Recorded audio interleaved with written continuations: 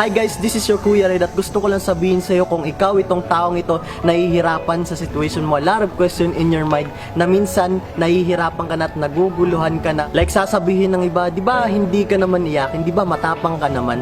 Di ba hindi ka naman ganyan at di ba kayang-kaya mo naman? Pero ang totoo, deep inside, sobrang sakit na. Hindi madali pero alam mo ba na mas masakit at mas mahirap kapag nagpapanggap ka na.